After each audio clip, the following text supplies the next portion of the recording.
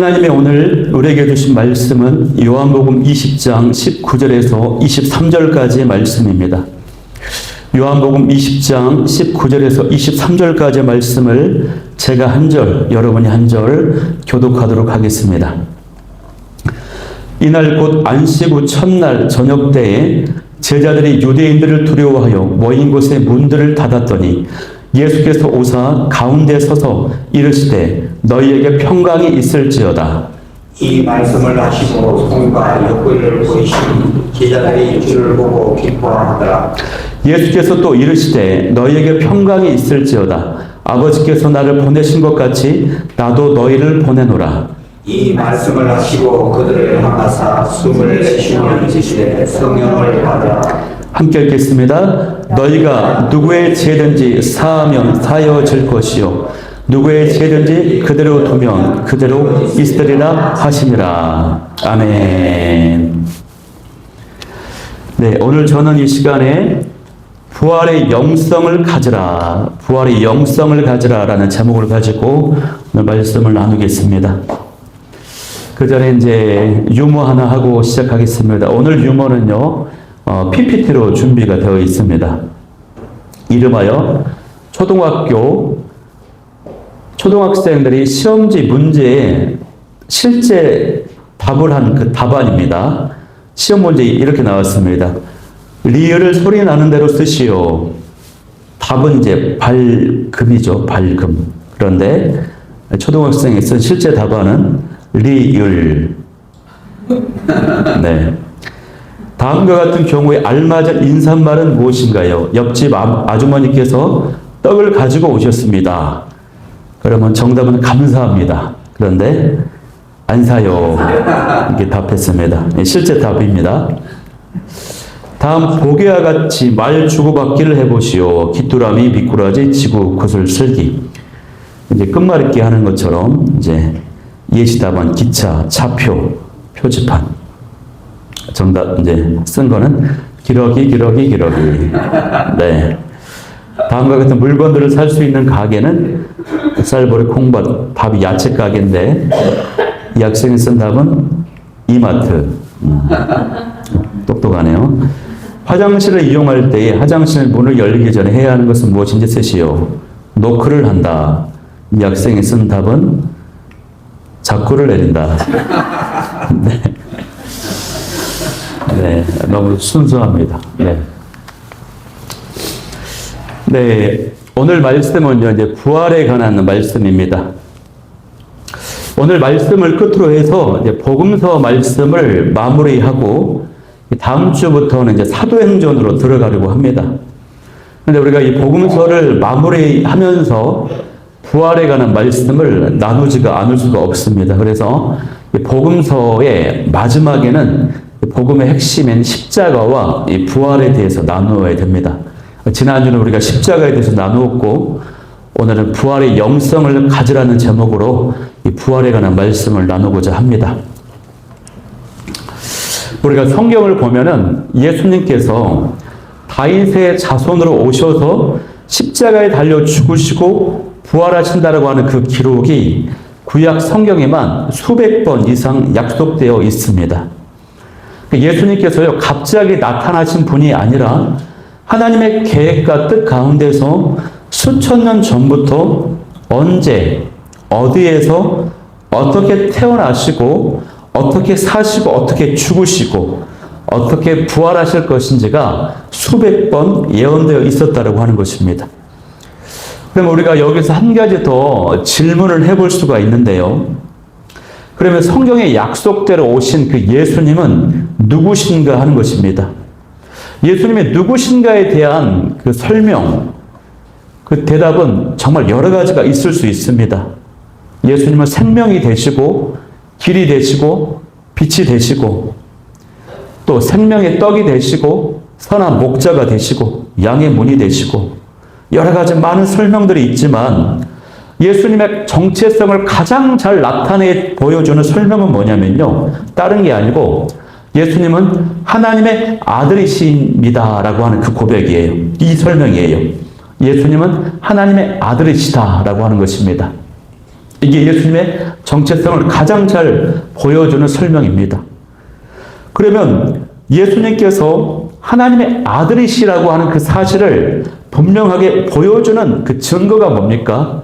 그게 바로 예수님께서 부활하셨다라고 하는 사실입니다. 부활. 십자가 사건은요, 하나님이 우리를 사랑하신다라고 하는 가장 강력한 증거라고 한다면, 이 부활이라고 하는 것은 예수님께서 하나님의 아들이시라고 하는 사실을 분명히 보여주는 증거가 되는 것입니다. 예수님께서요, 살아생전에 많은 일들을 감당하셨습니다. 가르치시고, 복음을 전파하시고, 병든 자를 고치시고, 놀라운 기적들을 많이 일으키셨어요. 그런데 사람들은 그런 모습을 보고도 예수님을 하나님의 아들로 순수하게 믿지 않았어요. 받아주질 않았어요. 믿어주질 않았던 것이죠.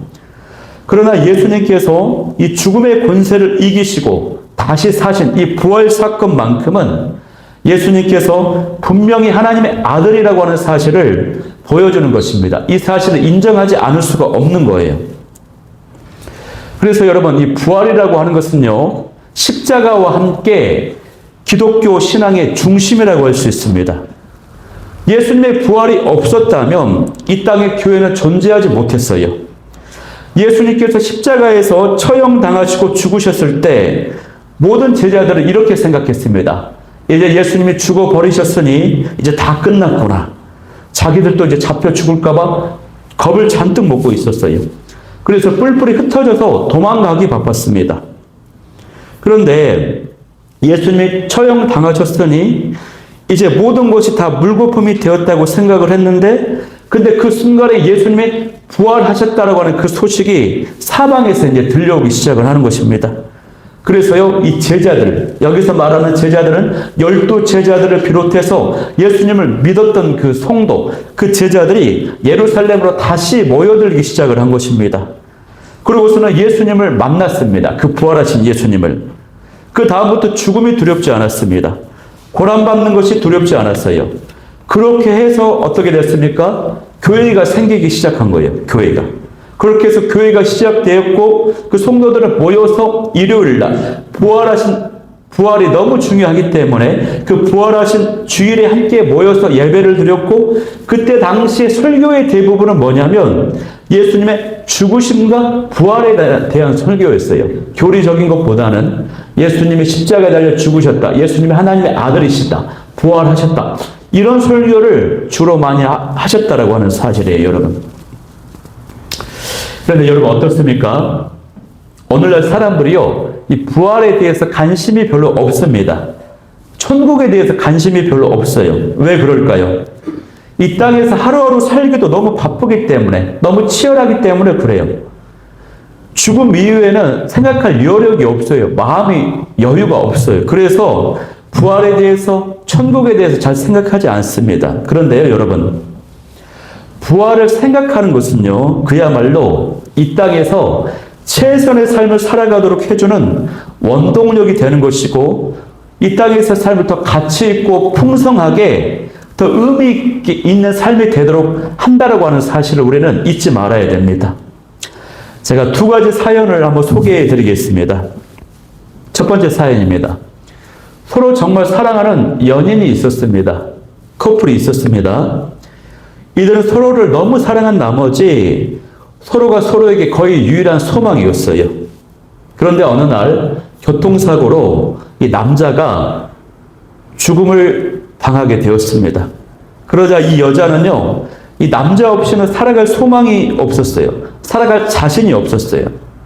그래서 이 여자는 사랑했던 그 남자를 이제 더 이상 볼 수 없다면, 이제 나는 이 땅에서 살 의미가 없다, 소망이 없다 하고 스스로 목숨을 끊어버렸습니다.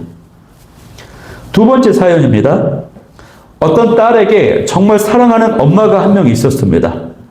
그런데 이 어머니가 암으로 죽음을 당하게 됐습니다. 딸은 너무 슬퍼서 견딜 수가 없었어요. 가족들과 함께 어머니를 땅에 묻고 내려오는 길에 하염없이 눈물을 흘렸어요.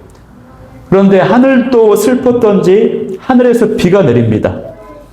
버스를 타고 집에 돌아오는 길에 보니까 버스의 창밖을 내다보니까 하늘 위에 무지개가 딱 펼쳐 있는 것이에요. 그리고 그 구름이 걷히고 하늘이 맑고 파랗게 변해가는 모습을 이제 이 딸이 보게 된 것입니다. 그러면서 문득 생각이 났어요. 어떤 생각이 나냐면, 주일학교에서 배웠던 부활에 대한 그 말씀이 생각이 난 것입니다. 맞아. 엄마는 저 맑고 푸른 하늘나라에서 잘 살고 있겠지. 맞아. 엄마는 죽은 게 아니라 우린 잠시 떨어져 있는 것이야. 엄마는 지금 하늘나라에서 내가 밝고 씩씩하게 이 땅에서 살아가길 바라며 응원하고 계실 거야. 나도 죽어서 이 다음에 하늘나라 가면 엄마를 다시 만날 수 있어. 라고 생각을 하니까 굉장한 큰 위로가 되었고 용기가 생겼습니다. 그 힘으로 다시 열심히 살고자 하는 마음이 생긴 것입니다, 여러분. 여러분, 첫째 사연은요, 이 부활에 대한 믿음이 없었습니다. 이 땅에서의 삶이 전부라고 생각을 하게 되니까 결국 모든 것을 포기하게 만들었습니다. 두 번째 사연은요, 부활에 대한 믿음이 있었습니다. 그 믿음이 있다 보니까 어떻습니까? 이 땅에서의 삶을 더욱 최선으로 열심히 살아가야 한다라고 하는 동기부여가 되고 용기가 되었습니다. 격려가 되었던 것입니다. 여러분도 아마 부활을 믿음으로 인해서 이러한 어떤 마음과 생각을 가진 경우가 있을지 모르겠어요. 저도요, 부활을 믿기 때문에 천국에 가면 하고 싶은 것이 한 가지가 있어요. 그건 뭐냐면 우리 돌아가신 아버지에게 사랑합니다라고 이렇게 고백을 한번 해보고 싶은 거예요. 왜냐하면 살아생전에 우리 아버지가 굉장히 엄하고 무서운 아버지셨거든요. 사랑 표현을 한 번도 제가 받아본 기억이 없다는 그런 기억이 있어요. 예를 들면 안아본 적, 손을 손잡아 주본 적, 어릴 때는 있었을 텐데 내 기억 가운데 없어요. 그런데 제가 이제 두 자녀를 키우다 보니까 알겠어요. 이 부모 노릇하는 게 얼마나 힘든 거, 어려운 것인지. 우리 자녀가, 형제가 4명인데 그 4명의 자식들을 양육하면서 얼마나 힘드셨을까, 이런 생각을 내가 아버지의 그 노고를 생각하게 되는 것이에요. 또 더욱이 당시에는 가난한 살림에 어떻습니까? 지금처럼 정부 지원이나 복지 혜택이 없지 않습니까? 생존 자체가 큰 가업이었어요. 그러면서 아버지의 마음을 제가 이해하게 되는 것입니다. 그리고 이제 우리 아버지가 이제 돌아가신 날 장례식 때 아버지 친구분들이 이제 조문을 하러 오셨는데 다 나를 보면서 이제 네가 막둥이냐 막 하시는 거예요. 네가 막둥이냐. 너희 아버지가 너 막둥이 자랑을 그렇게 많이 하셨다, 칭찬하셨다, 막 그런 얘기를 연거푸 뭐 2번, 3번 막 그 손님들이 막 하시는 거예요. 그 얘기를 듣고 내가 뒤늦게 이제 아버지의 마음을 이제 뒤늦게 이제 깨닫게 되는 것이죠. 그래서 이제 그때 눈물을 많이 흘렸는데, 그래서 천국을 가면은 한 번도 고백하지 못한 그 고백, 아버지 사랑합니다, 이 그런 고백을 해보고 싶은 거예요, 여러분. 아마 저런 비슷한 소망이 또 있는 분이 있을지 모르겠습니다. 여러분, 이처럼요, 이 부활신앙은 우리의 현실과 동떨어져 있는 것이 절대 아닙니다. 실제 삶의 많은 영역에서 영향을 미치고 밀접하게 관련이 되어 있습니다, 여러분. 그래서 이 부활신앙을 가진 사람은요, 이 땅에서 절대로 쉽게 죄를 짓거나 게으르지 않습니다. 욕심대로 살지 않아요. 그래서 이 부활의 비밀을 깨달았던 사도 바울은 나는 날마다 죽노라 하면서 고백하면서 날마다 죽는 인생을 살았다고 하는 것입니다, 여러분. 하나님 나라와 복음을 위해서 자신의 욕심대로 살고자 하는 마음을 죽였습니다. 죄짓고 쉽고 편하게 살고자 하는 그런 욕망을 매 순간 날마다 죽였습니다, 여러분. 여러분, 만약에 부활이 없고 천국이 없다면 이 땅에서 죄도 적당히 지으면서 이기적으로 욕심부리며 살 텐데, 이 땅에서의 삶이 끝이 아니기 때문에, 천국이 있기 때문에 마지막 날 부활하여서 예수님을 다시 만날 것이기 때문에 그렇게 살 수 없다라고 하는 사실이에요, 여러분. 여러분, 부활신앙을 가진 자에게는요, 영적인 힘이 있어요. 능력이 있어요. 예수님의 제자들은 물론이고 수많은 믿음의 선배들과 영웅들이 어떻게 하나님을 위해서 목숨을 걸 수 있었을까요? 그것이 바로 부활의 예수님을 만나게 되니까 나도 예수님처럼 죽어도 다시 사는구나. 죽음이 끝이 아니구나. 내 육체가 죽더라도 나는 부활해서 천국에 들어가는구나. 이 땅에서의 삶은 지나가는 나그네 인생이구나. 그것을 이제 깨닫게 된 것입니다. 여러분, 내가 죽어도 내가 영원히 거할 천국이 나에게 있구나라고 하는 사실을 꼭 믿고 깨달을 수 있기를 간절히 소망합니다. 그동안 사단 마귀는요, 우리를 위협하고 우리에게 두려움을 주는데 그 위협을 하고 두려움을 주는 그 무기가 뭐였냐면 그 최종 무기가 바로 이 죽음이라고 하는 무기입니다. 죽음. 마귀가 그동안 이 죽음이라고 하는 무기를 가지고요, 위협을 했습니다. 너 그러다 죽어. 너 그러다 진짜 망한다. 너 진짜 끝난다. 하면서 위협을 했어요. 그러면 그 위협을 받으면 어떻습니까? 사람들은 나 죽으면 어떡하지? 나 정말 끝나면 어떻게 되지? 어쩌지? 하면서 무섭다, 두렵다 하면서 그렇게 생각을 해요. 이런 반응을 보여. 왜 그렇습니까? 인간은 본질적으로 죄인이기 때문에 그래요. 죄인이기 때문에 죽음 이후에 그 죄 때문에 심판이 두려운 것입니다. 그래서 이 죽음에 대한 두려움을 모두가 가지고 있는 것입니다, 여러분. 그러나 부활의 영성을 지닌 사람은 사단 마귀의 그런 위협 앞에 두려워하지 않는 것입니다, 여러분. 어떤 사람이요, 이 사형수들에 관한 책을 썼습니다. 사형수. 그래서 이 사형장을요, 넥타이 공장이라고 부른대요. 넥타이 공장. 왜 그렇습니까? 목에 밧줄을 걸어서 처형당하는 교수형을 빗대어서 하는 말이지요. 넥타이 공장이다, 사형장은. 그리고 사형장에 들어서는 그 출입문을요, 뭐라고 부르냐면 금한통이라고 그래요. 금한통. 그 사형장의 출입문을 들어서는 순간 인생의 모든 만사가, 모든 일이 이제 그만, 거기까지. 그만이라고 하는 거예요. 금한통. 그만. 다 끝난다는 것이. 그런데 이 사형수들이 공휴일을 가장 좋아한다고 합니다. 공휴일은 사형 집행을 하지 않는 날이기 때문에 하루라도 더 마음 편하게 살 수 있기 때문에 좋아한다는 것이죠. 그런데 사형을 집행하는 날에 사형수들의 모습을 보면요, 100이면 100 발버둥을 친다는 것이죠. 워낙 발버둥을 치기 때문에 간수들이요, 사형수들에게 사형 집행 날짜를 가르쳐 주지 않습니다. 대신에 몇 번 면회입니다 이렇게 불러요. 그렇게 사형수를 부르면 그렇게 해서 면회소를 가는 척 하다가 갑자기 사형장으로 발을 틀어버려요. 발길을 틀어버리면 그때부터 이 사형수가 주저앉아서 울고 불고 심지어는 오줌을 싸기도 하면서 걸음을 떼지를 못하는 것입니다. 그렇게 막 몸부림치다가 억지로 끌려가지고 그만통에 다다르게 되면은 대부분의 사형수들은 이제 모든 것을 체념하고요, 일단 하늘을 한번 올려다본대요. 하늘을 한번 올려다보고 그 다음에 고개를 다시 떨구면서 땅을 한번 내려다보고 그러면서 이제 사형을 맞이하게 된다는 것입니다, 여러분. 이렇게 죽음이 두려운 것입니다. 지난번에 우리 교회 방문하셨던 우리 정정대 집사님 같이 함께 예배도 드려주셨는데, 이 정정대 집사님이 새벽 때마다 예배를 드리고 믿음이 좋으셔요. 전도 왕이에요. 전도도 많이 하시고. 그런데 갑작스럽게 뇌졸중이 오셔가지고 쓰러지셨습니다. 그분이 응급실에 가셔갖고 기도하는데 어떤 기도 드리신 줄 아세요? 회개 기도만 드렸다는 거예요. 그리고 하나님, 저 살려주세요. 갑작스러운 죽음 맞이할 자신이 없습니다. 살려주세요. 그러면서 회개 기도만 드렸다는 것이에요. 이게 죽음의 실존인 것이죠.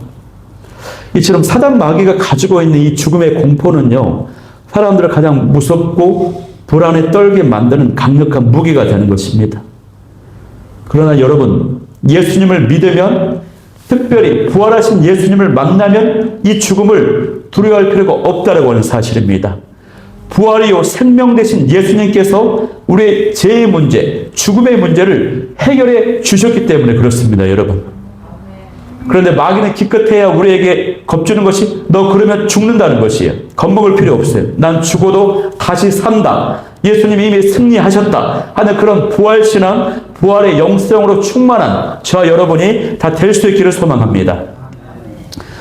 여러분, 우리가 이 부활의 신앙, 부활의 영성을 갖기 위해서는요, 예수님의 부활이 진짜 일어난 역사적 사실이라고 하는 그 믿음을 갖는 데서부터 시작해야 돼요. 여기서부터, 이 믿음을 갖는 데서부터 부활의 영성을 가질 수 있다라고 하는 것이에요. 어떤 권사님은 예수님의 십자가 사건을, 권사님이에요. 예수님의 십자가 사건은 믿는데 예수님의 부활 사건은 도저히 믿지 못하겠다라고 고백하는 분도 제가 봤습니다. 기독교 신앙의 핵심은요, 예수님의 십자가와 부활에 있었기 때문에 예수님을 믿지 않고 반대하는 많은 사람들이 예수님을 부활은 거짓이라고 막 주장하며 그것을 증명하려고 무던 애를 썼습니다. 그래서 많은 이론과 논리들을 펼쳤어요. 부활은 거짓이라고 말하는 사람들이 첫 번째 들고 나온 게 뭐였냐면 이 도적설이 있어요. 도적설. 예수님이 죽었는데 그 무덤에 시체가 없다는 것이죠. 시체가 없는 것은 제자들이 훔쳐갔다는 것입니다. 훔쳐갔기 때문에 제자들이 그게 부활한 게 아니고 도적을 당한 것이다라고 얘기를 했어요. 그러나 제자들은요, 부활하신 주님을 만나고 목숨을 던졌지 않습니까? 그렇기 때문에 제자들이 만약에 예수님의 시신을 훔쳤다면 왜 이 거짓으로 짠 그 사건으로 어떻게 자신들이 복음을 위해서 목숨을 던질 수가 있었겠습니까? 말이 안 되는 것이. 성경의 기록을 보면은 흰 세마포가 머리를 쌌던 수건이 개켜 있더라라고 기록돼서, 개켜 있다는 것은 바르게 이제 개져 있었다라고 하는 기록인 것이. 도적을 당했다면 어떻게 그 정신없는 상황에서 그거를 개놓고 가겠어요? 그게 아니라는 것이죠. 다른 또 이 공격하는 설이 뭐냐면 기절설입니다. 기절설. 예수님은 죽으신 게 아니고 기절하신 거였다라고 이야기하는 분들이 있어요. 그렇지 않습니다. 예수님이 십자가에 못 박혀서 옆구리에 참과 칼을 찔림 당하시고 로마 병사들이 분명히 죽은 것을 확인했습니다. 기절설도 잘못된 거예요. 또 다른 설이 있어요. 무덤 오인설이 있어요. 무덤 오인설. 여자들이 무덤을 찾아갔는데 잘못 다른 곳을 찾아갔다는 거죠. 예수님이 안 계신 빈 무덤을 찾아갔고 무덤이 없는 것을 보고 이 여자들이 예수님이 부활했다라고 얘기한다라고 하는 것입니다. 무덤 오인설. 그러나 이것도 말이 안 되는 게요, 부활에 관한 소식이 막 들려올 때에 종교 지도자들이 예수님의 시체를 그냥 수레에 싣고 예루살렘 한 바퀴 그냥 돌면 돼요. 예수님 분명히 죽으셨다라고 증명하면 되는데 그렇게 하지 못했다라고 하는 것이. 또 대표적인 또 다른 설이 뭐냐면 환상설입니다. 환상. 부활하신 예수님을 만난 것은 정신이 없는 상태에서 여인들을 비롯해서 많은 사람들이 환상을 보았다. 그런 마음, 갈망이 투영돼서 환상을 본 것이다라고 얘기를 합니다. 그러나 예수님께서는 부활하신 이후에 40일 동안 많은 사람들에게 나타나 보여주셨거든요. 동시에 500의 형제에게도 나타나 보여주셨거든요. 환상을 보면은 극히 일부 사람이 일순간에 보는 것이지 어떻게 많은 사람들에게 많은 시간 동안 나타나 볼 수가 있었겠습니까? 말이 안 되는 것이죠. 이런 식으로 많은 사람들이요, 부활이 거짓이다라고 하는 것을 증명하려고 애를 쓰고 여러 가지 이론들을 설명을 했지만 다 맞지 않는 것이었어요. 1827년에 미국에서 태어난 루 월리스라고 하는 사람이 있었어요. 이 사람은요, 영화 역사, 100년 역사 중에서 가장 최고의 영화라고 하는, 영화 전문가들의 손꼽은 어떤 작품을 썼냐면 배너라고 하는 쓴 작품을 쓴 사람이에요. 루 월리스가. 근데 원래 그는 변호사였고 정치가였고 장군이었어요. 굉장히 똑똑한 사람이었어요. 그런데 이 사람은 기독교를 굉장히 싫어하는 사람이었어요. 그래서 기독교의 핵심인 예수님의 부활은 거짓이다라고 하는 것을 증명하고 싶었어요. 그래서 이것을 밝히는 책을 써가지고 온 세상이 사기당하지 않도록 하고 싶었거든요. 그래가지고 도서관에서 굉장히 연구하고 공부했습니다. 그러면 공부하고 연구하면 할수록, 이 부활에 대해서 연구하면 할수록 예수님은 부활하신 것이 확실하다고 하는 것을 확인하게 되는 것입니다. 예수님은 하나님의 아들이시다라고 하는 것을 공부하면 할수록 더 증명이 돼요. 믿지 않을 수가 없게 되었어요. 그래가지고 그의 신앙의 고백으로 이 배너라고 하는 작품을 이 사람이 썼던 것이에요, 여러분. 그래서 이 배너라고 하는 이 작품에는요, 예수님이 하나님의 아들이시라고 하는 것이 은밀하게 숨겨져 있습니다. 이 외에도 부활에 대한 증거가 너무나도 많아요. 그러므로 이 부활을 분명히 믿을 수 있게 소망합니다. 여러분이 이 부활을 정말로 믿는다면요, 죽음이 두렵지 않습니다. 그리고 부활하신 예수님의 함께 하심을 믿게 된다라고 하는 것이에요. 머리가 아닙니다. 지식이 아닙니다. 이해가 아닙니다. 믿음입니다. 믿음. 그리고 진짜 강한 믿음이 없다면 나에게 믿음 달라고 하나님께 기도하세요. 이것은요, 이론으로, 논리로 증명하고 과학적으로 증명하는 그런 문제가 아닙니다. 분명한 증거를 들이대도 안 믿는 사람은 안 믿어. 믿음의 영역이기 때문에 그래요. 그럼 여러분, 성경을 보면은 부활의 첫 번째 증인이 누구였습니까? 여인들이었습니다. 예수님께서 십자가에 처형을 당하시고 나서 바로 금요일 저녁부터 이제 안식일이 다가와요. 안식일이 다가오는 시점. 안식일이 다가오면 어떻습니까? 이 시신을 처리하거나 매장할 수가 없어요. 예수님이요, 오후 3시경에 운명하셨거든요. 6시 해질 저녁부터 이제 안식일이 되어서 움직일 수가 없어요. 그러니 여러분 한번 생각을 해보세요. 예수님의 시신을 수습해야 되는데 당시에 그 짧은 시간이었기 때문에 급하게 막 수습을 했어요. 예법대로 정중하게 정성껏 예수님의 시신을 수습하지를 못했던 것이에요. 근데 그 모습을 여인들이 옆에서 지켜보고 있었어요. 너무나도 안타깝게 살아가는 예수님의 시신이 너무나도 급하게 대충 이렇게 수습이 되고 있는 모습을 너무 안타깝게 생각하고 있었다라고 하는 것입니다. 그래서 이 여인들의 마음속에는 어떤 마음이 있었냐면, 안식일이 끝나면 다시 예수님의 무덤에 가서 예수님의 시체에 향품이라도 정성껏 발라줘야겠다, 이런 마음을 지금 품고 있는 것입니다. 그렇게 해서 안식일이 지났습니다. 주일 아침 새벽이 되었습니다. 이 여인들의 생각에는요, 그냥 그 마음뿐이었어요. 예수님을 너무 사랑했기에. 그런데요, 율법에 보면요, 어떻습니까? 허가받지 않은 자가요, 무덤에 접근하면 안 됩니다. 그리고 당시에는 로마 군인들이 지키고 있었기 때문에 시체를 훔치러 왔다라고 하는 누명을 쓸 수가 있어요. 그리고 그 당시에는 우리랑 이제 무덤이 달라요. 거기는 이제 땅을 동굴로 이제 파가지고 이따만한 돌무덤, 동그란 그 돌문을 이제 갖다 놓기 때문에 2톤 이상 되는 그 돌 무덤이에요.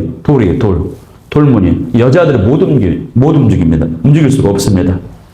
그러니까 여자들의 마음속에는 어떻습니까? 우리들이 누명을 쓸 수도 있다. 우리들이 법적으로 처벌받을 수도 있다. 이런저런 염려와 걱정과 장애물들이 있었지만 여인들의 마음속에는 그냥 예수님을 향한 사랑 때문에 그냥 그 정성껏 향품을 발라주고 싶은 그 마음 때문에 막 달려가는 것입니다. 무덤을 향해서. 새벽이 되자마자 여러분. 이 여인들이 예수님을 정말 사랑했던 여인들이었다고 하는 것이에요. 여러분, 제가 이 부분을 묵상하면서 맞아, 예수님에 대한 그 사랑, 이 여인들이 지녔던 이 사랑만 있으면 되지 그 무엇이 더 필요하겠냐?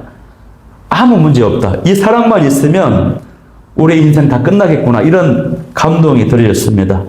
우리에게도요, 이 여인들이 가지고 있었던 예수님에 대한 그런 사랑이 있게 되길 소망합니다. 예수님의 부활을 보고 난 여인들은요, 제자들에게 이 사실을 알렸습니다. 저녁이 되었습니다. 제자들은 무서워서 숨어 있었습니다. 문도 꼭꼭 닫고 있었어요. 그때 부활하신 예수님이 제자들에게 나타나셨습니다. 나타나셔서 3가지 말씀을 하시는 것이, 그것이 바로 이제 오늘 본문의 내용입니다. 부활에 관한 기록이 좀 많기 때문에 제가 이 부분을만 나누었습니다. 그러면 부활하신 예수님이 나타나셔서 제자들에게 지금 말씀하시는 거거든요. 이 부활하신 예수님, 지금 우리가 함께 하시는 예수님은 십자가에 달려서 죽임당한 예수님이 아니십니다, 여러분. 부활하신 예수님이세요. 그 부활하신 예수님이 우리와 함께 하시는데 그분이 저와 여러분에게 지금 말씀하고 있어요. 이 말씀이 우리에게 주시는 말씀입니다. 첫 번째는 뭐라고 말씀하시냐? 평강이 있을지어다라고 말씀하세요. 19절 말씀으로 한번 함께 읽어볼게요. 19절 시작. 이날 곧 안식 후 첫날 저녁 때에 제자들이 유대인들을 두려워하여 먼 곳에 문들을 닫았더니 예수께서 오사 가운데 서서 이르시되 너희에게 평강이 있을지어다. 아멘. 21절에도 보면요, 예수께서 또 이르시되 너희에게 평강이 있을지어다. 평강이 있을지어다. 연거푸 2번이나 제자들에게 말씀을 주시는 것입니다. 제자들이 너무나도 두려워하고 있었기 때문에 예수님께서 제자들에게 평강을 주셔요. 그 평강이 있을지어다 그 소리를 듣고 제자들이 20절 말씀에 보면 예수님을 보고 기뻐했다라고 되어 있어요. 기쁨이 생기게 되었다라고 하는 것입니다. 여러분, 부활하신 예수님은요, 저와 여러분에게 기쁨과 평강을 주기를 원하시는 분이십니다. 여러분, 부활신앙은 우리에게 불안과 걱정과 염려와 사망과 죽음, 사단의 무기를 깨뜨리고 생명과 소망과 기쁨과 천국을, 평안을 가져다 준다라고 하는 사실입니다. 그래서 제가 이 말씀을 막 묵상하고 준비하는데 제 안에 평강이 없어갖고 나부터 평강을 회복해야겠다. 그러다가 막 이제 말씀 원고를 마치고 이제 밤에 이제 기도를 하는데 평강에 관한 말씀을 묵상하면서 제가 막 이렇게 두 점 불 끈지고 평강이 있을지어다. 나에게 평강이 있을지어다. 수십 번을 혼자 외쳤습니다. 그랬더니 평강이 생겼어요. 그래서 여러분 한 7번, 3번 하면 너무 약해요. 완전수는 3, 7 막 이러잖아요. 7번 하면 평강이 생깁니다. 그래서 우리가 두 주먹 불 끈치고 나에게 평강이 있을지어다. 한번 7번 한번 외쳐보겠습니다. 시작. 나에게 평강이 있을지어다. 나에게 평강이 있을지어다. 나에게 평강이 있을지어다. 나에게 평강이 있을지어다. 나에게 평강이 있을지어다. 나에게 평강이 있을지어다. 나에게 평강이 있을지어다. 아멘. 평강이 아직 임하지 않으신 분은 집에 돌아가서 더 한 50번, 100번 한번 스스로 외치십시오. 이게 예수님의 말씀이에요. 저와 여러분에게 주시는 평강을 주고 싶어 하시는 그 부활하신 주님. 자, 두 번째 부활하신 주님이 주시는 두 번째 말씀은요, 21절 말씀인데요. 21절 함께 읽어볼게요. 시작. 예수께서 또 이르시되 너에게 평강이 있을지어다. 아버지께서 나를 보내신 것 같이 나도 너희를 보내노라. 두 번째 말씀은요, 나도 너희를 보내노라 라고 하시는 말씀입니다. 보냄을 받는 사람, 즉 사명자의 인생이 되라 이 뜻이에요. 부활하신 예수님이 이 제자들에게 원하는 것은요, 사명자의 인생이 되는 것입니다. 예수님이 죽음으로 사명을 감당했던 것처럼 제자들도 사명을 감당해야만 하는 것입니다. 우리도 감당해야 되는 것입니다. 사실 우리는요, 이미 하나님으로부터 보냄받은 자들이에요. 우리가 구원받기로 선택된 것은요, 창세 이후에 그렇게 계획한 것이 아니라 창세 전부터, 이 세상을 만드시기 전부터 저와 여러분을 하나님께서 구원하시기로 선택하셨거든요. 그 말은 그 선택한 순간, 그 선택하셔서 2025년 이 땅에서 살고 있도록, 한국 땅에 살고 있도록 하신 것 자체가 하나님이 사명을 우리에게 주셨다라고 하는 것입니다. 사명을 주시고 이 땅에 보내셨다라고 하는 그 뜻이 여기에 담겨 있는 것입니다. 하나님의 나라를 위해서, 하나님의 영광을 위해서, 복음을 위해서, 약한 자들을 돕기 위해서, 사람들을 행복하기 위해서, 교회를 세우기 위해서 이런 사명을 주셨다고 하는 사실이에요, 여러분. 사명을 발견하고 그 사명을 붙잡아야 돼요. 어떤 목사님이 이제 목회를 하는데 너무 힘드셨어요. 너무 힘드셔갖고 20년 사역을 했는데 포기하고 싶은 거예요. 다 내려놓고 이제 목회를 그만두자. 그래가지고 이제 바닷가에, 어느 날 바닷가를 갔대요. 바닷가를 가서 머리를 좀 식히면서 다 이제 생각을 정리하고 이제 목회를 마무리하려고 했어요. 지평선을 바라보면서 이제 하나님 이제 다 정리하겠습니다. 라고 이제 하고 이제 돌아오려고 하는데 바닷가에서 이제 어떻습니까? 파도 소리가 치는 소리가 나잖아요. 찰싹 소리가 나잖아요. 싹 찰싹 이 소리가 나지 않습니까? 바닷가 파도 소리. 근데 그 소리가 어떻게 들리냐면 싹 찰싹 이 소리가 사명 따라 살아라. 사명 따라 살아라. 이렇게 들리는 거예요. 이분이. 사명 따라 살아라. 찰싹. 안 들으면 뭐 뺨을 한 대 맞을 것 같아. 찰싹 맞을 것 같아. 이런 느낌을 받게 되는 거예요. 그래가지고 그 소리 듣고 다시 정신 차리고 사명을 붙잡고 목회를 내려놓지 않았다라고 하는 이런 이야기가 있습니다. 여러분, 세상 사람들과 우리 성도들이 다른 것이 뭡니까? 분명한 한 가지가 있다면 그것은요, 하나님의 주신 사명이 있다는 것입니다. 여러분, 사명이 있습니까? 사명을 발견하시고 붙잡을 수 있기를 소망합니다. 그리고 그 사명이요, 우리의 삶을 이끌어 가도록 하십시오. 다른 것이 이끌어 가는 게 아니라 그 사명이 나의 삶을 이끌어 가도록 하십시오. 또 여러분, 사람은요, 사명의 자리에 있을 때 가장 행복하기 때문에 그렇습니다. 그러므로 우리가 사명의 자리에 있어야 돼. 그때 가장 행복합니다. 가장 즐겁고 행복해요, 여러분.